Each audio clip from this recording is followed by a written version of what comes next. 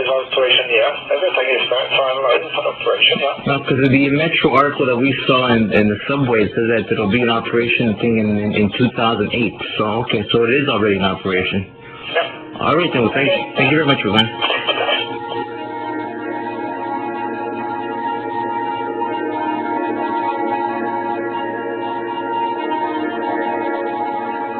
Hi, Mr. Sullivan, Hannah with MTC City Relation. We did receive 1,200 video cameras, and they are installed at different places in our tunnels and everything, and they are catching images since 2007. So the terrorist bomb blew up somewhere in the Montreal underground. Similar to the exercise we saw in London, in 2005, local authorities were conducting simulated terrorist bomb exercises in the downtown area of the Montreal transit system. Montreal police tested their readiness last May for a possible terrorist strike. Blocked off part of downtown and simulated a nerve gas attack with hundreds of people acting as commuters. Now, the RCMP and Spanish police are investigating something closer to reality. A suspect in the Madrid train bombings has detailed information about the Montreal Metro. Spanish authorities, in consultation with Canadian authorities, specifically the RCMP, have informed us of the possibility of a link to Montreal. Here's the link. Last May, Spanish police arrested a Moroccan man in connection with the Madrid bombings.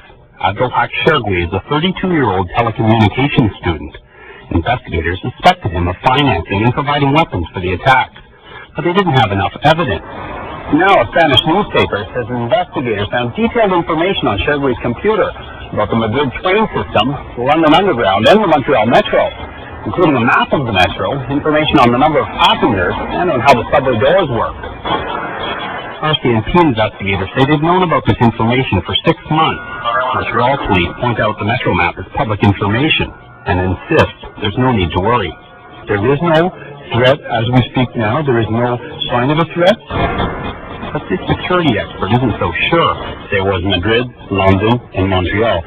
2 out of 3 were the target of terrorist attack. It's really too hot for comfort here when we're the third one on this. And yet, many who ride the Metro here don't seem concerned. No, I don't feel in danger. I feel okay here, no problem. Coincidentally today, the transport minister announced the government will put more than $100 million into improving transit security. We have to protect ourselves and our citizens, and that's why we've been acting in the airfield, we're acting in the marine sector, and now in mass transit. The Mounties insist there's nothing to fear. Still, they urge commuters to be vigilant. Matthew Pace, BBC News, Montreal. As we've seen prior to the Iraq War, an overwhelming majority of Montrealers opposed the war in Afghanistan and Iraq. Therefore, it is obvious that a blast in the Metro would create the necessary effect to provoke mass anti-Muslim hysteria, which would galvanize public opinion in support of war in key strategic oil-rich regions, as cited in the PNAC document. Thus, enrich the pockets of the warmongers and profiteers, further increase police-state measures and surveillance programs, all at the expense of the public purse.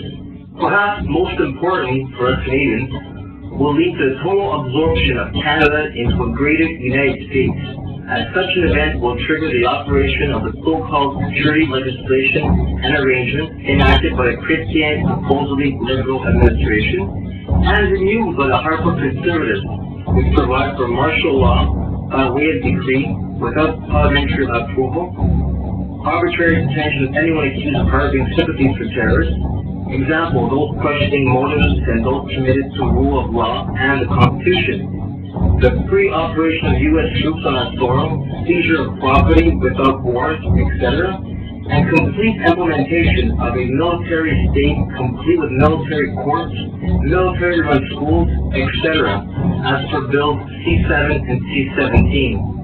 Our long-coveted water, oil and energy, food supplies, land, etc., will then be ripe for the picking, and manifest destiny will have at long last been achieved.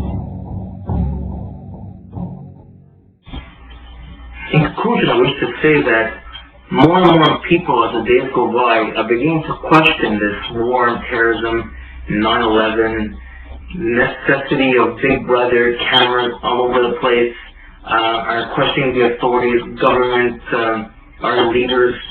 Do we need all this surveillance? We've been told about the truth about 9/11. We're being lied to with this war on terrorism.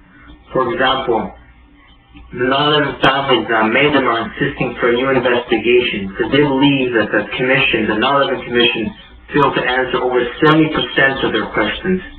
And as recently reported, as much as 70 former CIA veterans have said that the official story is utter nonsense, and we should dig deeper for the truth. Also, for example, just recently, the president of Italy, Francesco Cossiga, publicly stated that 9/11 was a CIA Mossad Israeli intelligence operation with the aid of the Zionist world in order to put accusations on the Arabic nations and in order to induce the Western powers to take part in a war against Iraq and Afghanistan, and that it is common knowledge amongst the global intelligence agencies that this was a CIA Mossad operation. Cossiga cannot be taken lightly because he headed the Ministry of the Interior for Italy in the late 1970s. And Mr. Cossiga is not alone now. He's among several people, countless government authorities, military, intelligence, scientists, and many others who accuse the U.S. government at one level or another for orchestrating the attacks of 9/11.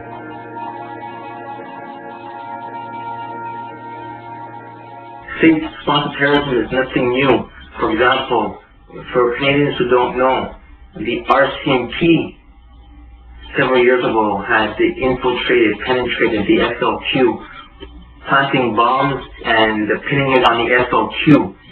And even more, in addition, for example, NATO, we know from the meticulous research from Professor Daniel Ganser, a Swiss professor of security studies, where he has documented how throughout the Cold War, how NATO orchestrated terrorism against their own people to undermine democracy, communism, and socialism.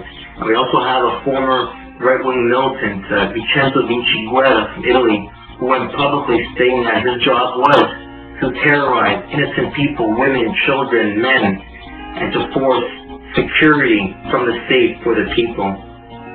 Therefore, all things considered, what I said here tonight about this company, Averts, and its ties to Israeli American intelligence, its shady history, are we to feel safe with Averts, Big Brother, Congress, Audible, with all the surveillance, and the companies again rapport with these intelligence agencies?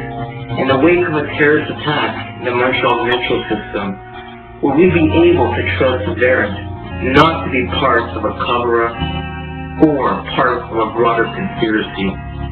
Thank you.